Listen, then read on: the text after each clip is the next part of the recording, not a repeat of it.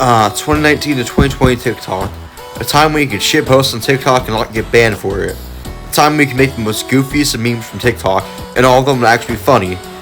A time when TikTok was known for its memes, and known for a bunch of people actually making original, funny, and memeable content. When I was 16 on 2020 TikTok, I was having a good time, as I was actually finding stuff that would actually genuinely keep me occupied and entertained during the COVID lockdown. There was a bunch of stuff, there was a bunch of cultures on there, a bunch of scenes, a bunch of different things, a bunch of different interests and subcultures of people who had different interests and different things they liked. And this cool thing about it is you could find anyone on there with pretty much any similar interest you have to make videos about it and kind of share that similar interest. Now with this, obviously, every content creator and every company has its controversies. Obviously, there was some stuff wrong on TikTok in 2020, but one of the most things everyone was talking about was one specific person who was being hunted for a while, for a year actually, until they were finally caught. This is the story of the TikTok cat killer. My name is Vaporing Chris, and thank you for joining me. Without further ado, let's dive into it.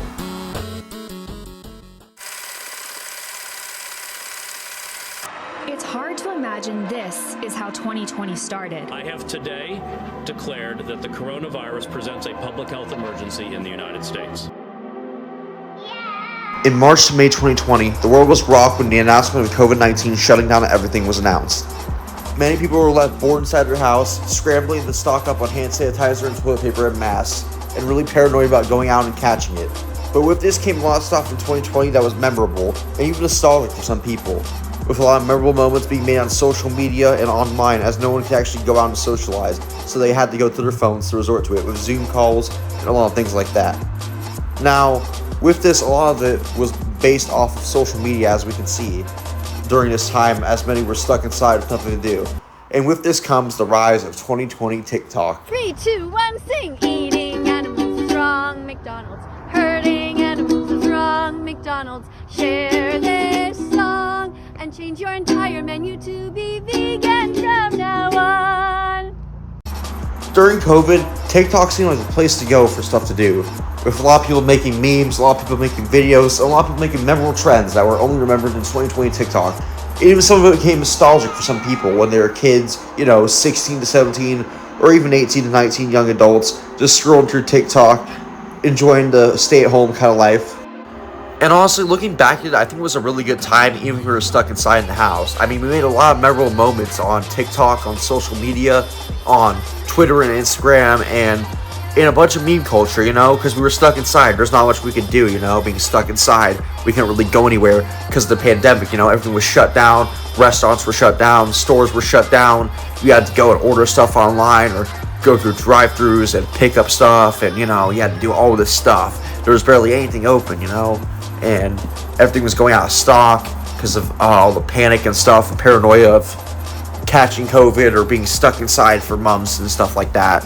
So honestly, the only way we can make memorable moments was through TikTok and stuff like that because of this.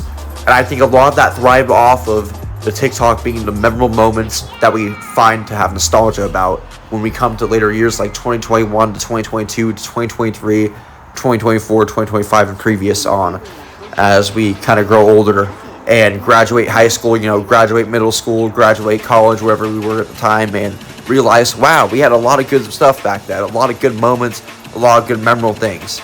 But today we're going to talk about something that wasn't so memorable and kind of more morbid and just kind of messed up.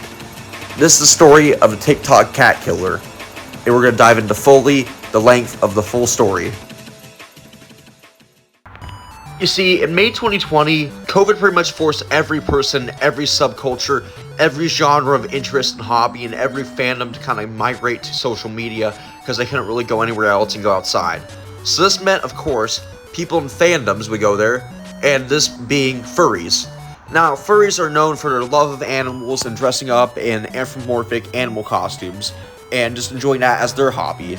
But with this came a bunch of people using the hashtag furry to go on Omegle, which is a chat room website which randomly pairs you with strangers from across the world. Now, a lot of them would use the hashtag furry and go on there, like I said, and with this came a certain person that came up sometimes that a lot of them had the not pleasure of encountering, as it was kind of awful.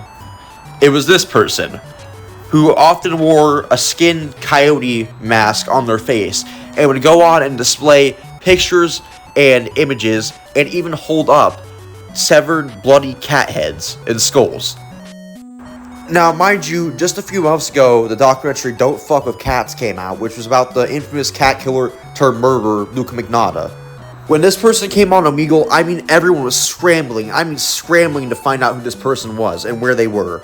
And more than quickly, they found out she had a TikTok, where she was also posting things taunting people even, who were trying to find her, and wearing and displaying her skinned coyote faces and cats that she had murdered. One super messed up video that I don't even want to show without even censoring it like this is where she has a dead cat that's skinned and she feeds it to what we assume to be one of her pet dogs that she's also probably going to hurt. I'm only going to assume, which is fucked up. Now, the coyote mask is debatable on where she bought that from some skin taxidermy place or actually did that herself, or if it's even a coyote or some other animal. But what's not debatable is the fact that many people thought she was faking it when she had these animals displayed, until she would literally pop out one of the eyeballs. Yeah, this lady was fucked. And more attention was brought to it when infamous YouTuber Some Ordinary Gamers made a video on it.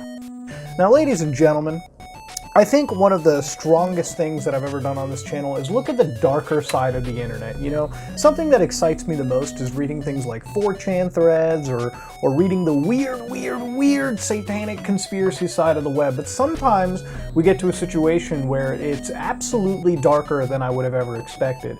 Today's video is all about the Omegle cat killer. If you don't know who this person is, well, sit back, relax, we're going down a fucking rabbit hole. Now, it started off with this post here. Hey Muda, I saw this comment on one of your recent videos, and I'm hoping that you see this to shed light on it. I don't know what can be done about this, but it is despicable. There is a woman going on Omegle showing skinned cats and their bloody skulls. People are calling her Crazy Cat Lady. Multiple groups online are trying to track her IP down, but her IP changes very frequently. Yeah, we'll get on that in a bit. The Crazy Cat Lady appears to get on Omegle from 12 a.m. to 2 a.m. and uses the tag furry. Ooh. I'll be attaching a link to the Reddit post. Doesn't show anything graphical of the person who encountered them before. In the comments of said post, there is a link to another post from. There is a comment to said post. There is a link to another post from the same person that shows an actual image from said Omegle call. I hope this isn't real, but the image says otherwise. Now, as the Crazy Cat Lady was taunting people on social media, they quickly found out her TikTok, her Instagram, and her YouTube, and more. And the Some Ordinary Gamers video helped bring more attention to it, hopefully, to catch the person who was doing it. You see, furries get a lot of hate, you know, with the whole furry hunter, you know, killing furries thing, you know, them being weird and them having attraction to animals, which is, half the time, you know, is not true, you know, they just like having it as a hobby, just like any other hobby. But with this comes the general consensus that furries do not fuck with animal abuse. As early as 2019, they had been spreading awareness about animal abuse in frequent communities online, and even outside the furry community, of rampant animal abuse being posted online, and with social media spreading around this kind of stuff. So they had been on it since 2019, and this is why they do not fuck with animal abuse. They are pro-animal rights and anti-animal abuse heavily, as people are really interested in animals themselves. Now, on her Instagram, she would post pictures and videos of her skinned cats that she had killed, and also her feeding them to her dogs, just a bunch of weird stuff, a lot of disturbing stuff, and just horrible stuff to cats. And on her TikTok, she would post pictures of what she claimed to be cat meat that she would then go on camera to eat, and even show bones of what appeared to be a dead cat that she had skinned and ate. Now, the more and more the Crazy Cat Lady taunted the TikTok viewers, the more and more they got angrier and dug into her, eventually exposing a lot of stuff. For example, you see, one of her profiles left her picture of her face up by accident. With this, they were able to discover her real name was Crystal Cherica Scott from Russellville, Indiana. Quickly, internet sleuths and furries alike scrambled to solve the puzzle altogether, finding out where this lady was, where she lived, and how she could be brought to justice. And with this, they made a call-out post and a Google Doc exposing pictures of her and where she lived.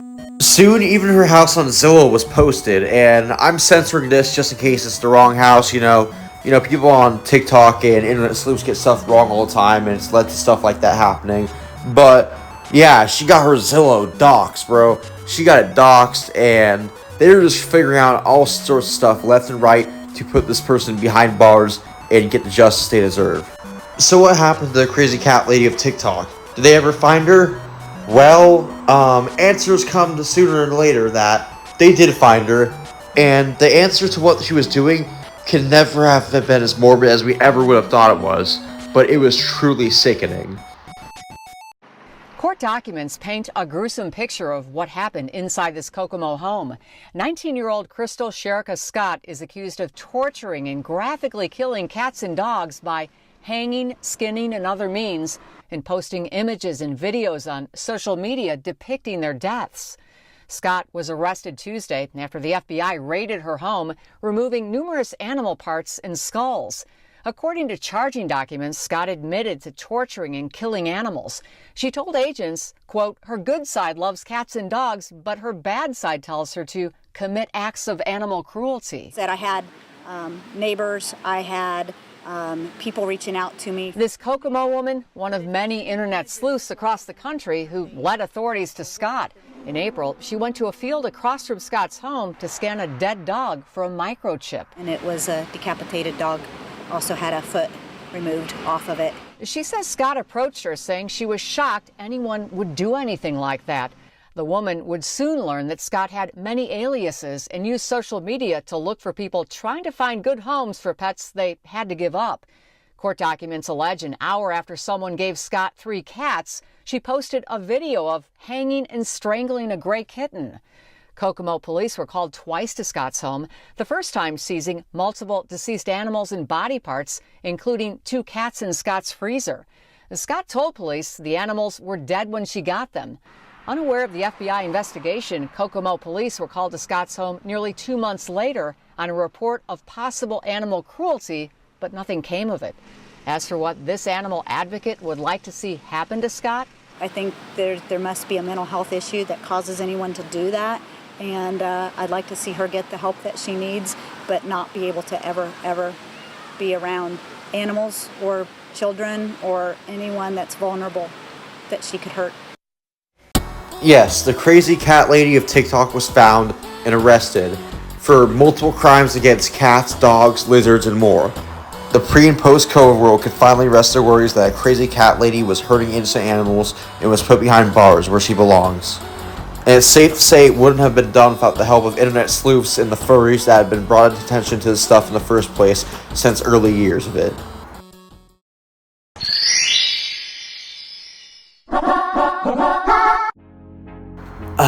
Well guys, made it through another video. My name is Maybe Chris, and thank you for joining me. If you're a new viewer, or you're a returning viewer who had my videos recommended to you once in a while, consider hitting the like and subscribe button with notifications on, as it greatly helps me as a content creator to keep making stuff like this for y'all. I love y'all, and see you in the next video. Vapor and Chris out. Peace y'all, bye. Love y'all.